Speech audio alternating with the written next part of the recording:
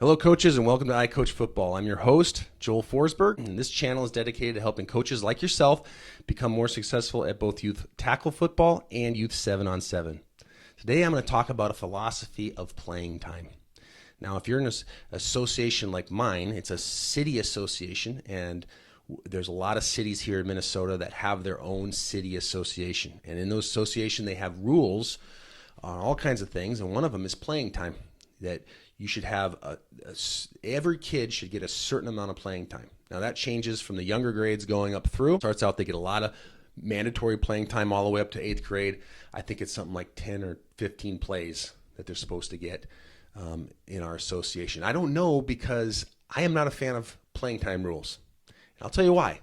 Because at the very core of it, there's a sense of entitlement. A sense of entitlement that just because you showed up and put in a little bit of an effort maybe, that doesn't take into account any of the other factors. Just because you show up, you get to play. But I like to look at the factors. What are the factors to playing? And I think there's two major factors that should first be considered. The first one is effort. Effort is the biggest factor. If you have a kid that's coming and he's just not putting in the effort, he's not trying to tackle, he's not running that hard, he's kind of lazy, and he's just kind of going through the motions. That kid's lack of effort is going to translate into lack of ability. Now, I don't think we play or not play because of lack of ability, but you should have some basic ability. Do at least a basic tackle or a basic block. And those are two things, when you start to talk about ability, that's when parents kind of get upset because well, now you're judging my kid's ability. Well, at least to a basic level. Like if he's supposed to block this guy and that guy comes unblocked and just smears the running back or the quarterback, that's a liability not only to the success of the team but also to the safety of the kid with the ball. So your child should show some basic proficiency in tackling and blocking. They have to have a good attitude. And it's not all the time, but they have to be able, they can't be rolling their eyes and talking back to the coaches and pouting and those types of things. That's not rewarded. That should not be rewarded. So that should be on there. Attendance. If they're not showing up, they don't, first of all, they're not going to know their plays. Second of all, they might have a great attitude, great ability, great effort, but maybe they miss half the practices. Is it fair to those kids that have been there all week to bring that kid in and let him play over them? No, that's not fair. That's not rewarding the right thing. He needs to be with that team. And, so attendance is a big issue. One of the things that a lot of parents don't like to hear is your kid might not have the temperament to even be a football player. And I know that I think a big thing pushing this philosophy that all kids should have fun, let them play, and just get them up to the next level. I even heard our coach here say that, just get them to us and we'll turn them into football players. Just get them as many as you can. Football's a numbers game. And I've heard so many head, varsity high school coaches say this. Football's a numbers game. We just get them up to the high school and we'll make or break them. And it's like, I've been coaching for a long time, and I can tell you which kids from a very young age, and I've seen two waves of kids come up through already in all my years, and say, temperament. If the kid doesn't have the temperament to play what's arguably the most violent team sport in America, if he doesn't have that temperament to fight, to compete, to go hard, to have good camaraderie with other guys, makes this synergy as a team. If he doesn't have that, he's not going to be a good football player. If he comes out lazy and soft and kind of doesn't like to hit and not very competitive, he doesn't have it. He doesn't have it. And coaches, you can show this to some parents and just say, listen, if he's not going to be a football player, that's fine. Get him into something he's going to be successful in.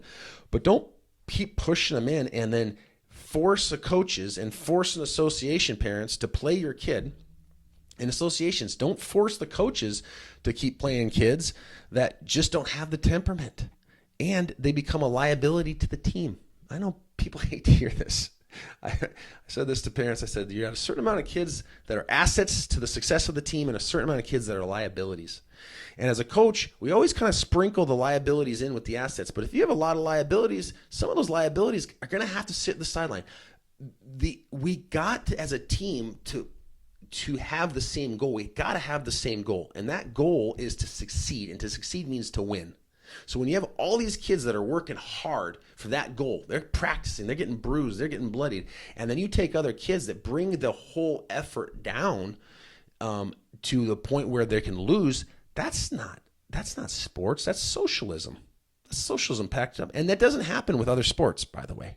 In our association here, our basketball association, from 3rd grade through 8th, you got an A team, B team, C team, and if you don't make one of those, you go to the city park and recs team. They make cuts. Football doesn't make cuts.